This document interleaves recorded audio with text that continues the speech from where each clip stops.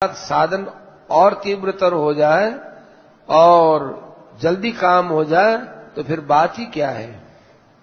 मृदु मात्रा तीव्र है, मध्य मात्रा तीव्रतर है और अधिमात्रा तीव्रतम को बोलते हैं। उससे बढ़कर कोई गुंजाइश नहीं है।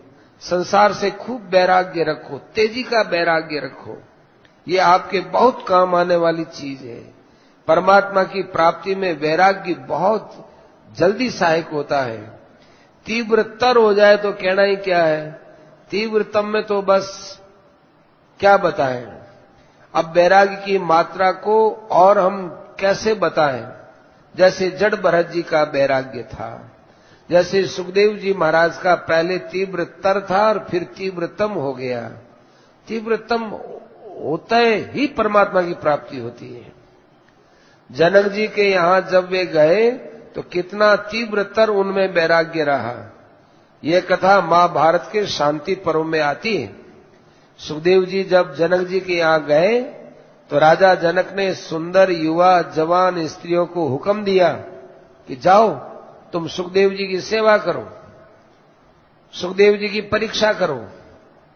वो गए, सुखदेव जी की सेवा की, सुखदेव जी के शरीर पर उपटन लगाया, उनको स्नान कराया, उनके बढ़िया बढ़िया कपड़े पहनाए। उसके बाद राजा ने स्त्रियों से पूछा क्या बात है जी। तो उन्होंने कहा क्या कहे महाराज, इनमें तो इतना तीव्र वैराग्य है, उनका किसी क्रिया पर ध्यान ही नहीं है, क्रिया करने का उन पर कोई असर भी नहीं होता। हम निलावें तो क्या, न निलावें तो क्या, कोई असर नहीं है। अब आप ध्यान दें कि स्त्रियों ने सुखदेव जी का वैराग्य किस प्रकार से बतलाया। वो फिर आगे कहने लगी कि हे महाराज, सुखदेव जी का हाथ जैसे लकवे वाले का हाथ इधर रखा तो क्या, उधर रखा तो क्या, उनके तो कोई चेष्टा ही नहीं है। स्त्रियों ने अपनी मर्जी से सेवा की।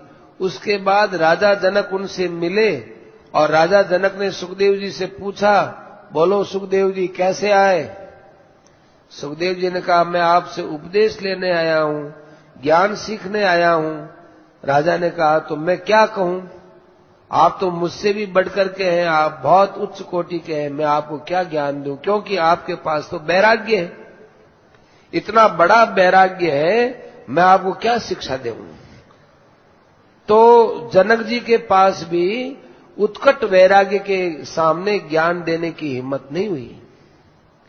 योग वासिष्ठ में भी सुखदेव जी की कथा आती है, उसमें थोड़ा फर्क आता है। वहां स्त्रियों की बात नहीं आती है, वहां इस प्रकार से कथा आती है कि राजा जनक को चौकीदारों ने, संतरियों ने कहा कि महाराज आपसे मिलने के लिए वेद व्यास जी का पुत्र सुखदेव आया है, क्या करना चाहिए। राजा ने कहा उसको खड़े रहने दो।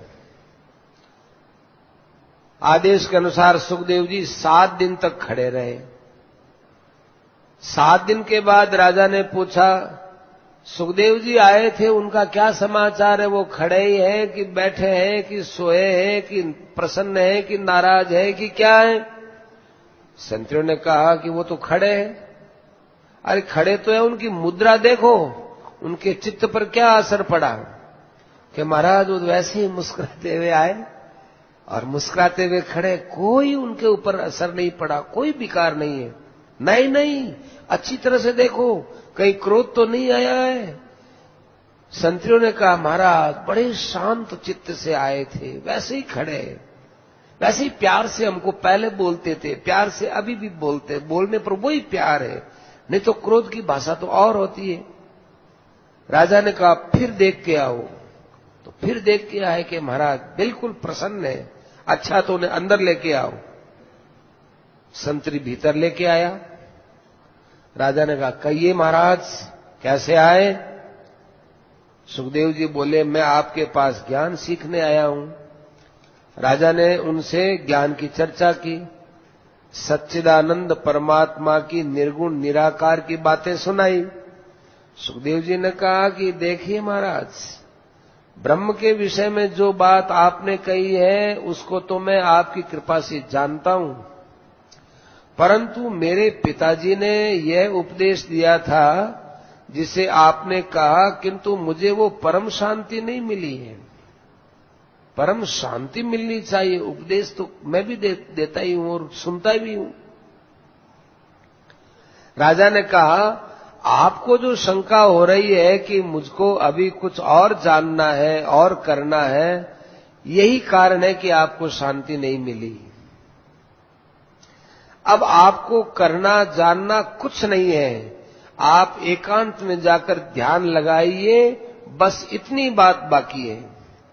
आप हमारे पास आए हैं, किंतु मैं समझता हूं आप मुझसे श्रेष्ठ हैं, कारण कि मुझ में भीतर से तो वैराग्य है, किंतु बाहर से अभी मैं वैराग्य को कर नहीं सकता हूं, क्योंकि राज्य का संचालन करता हूं।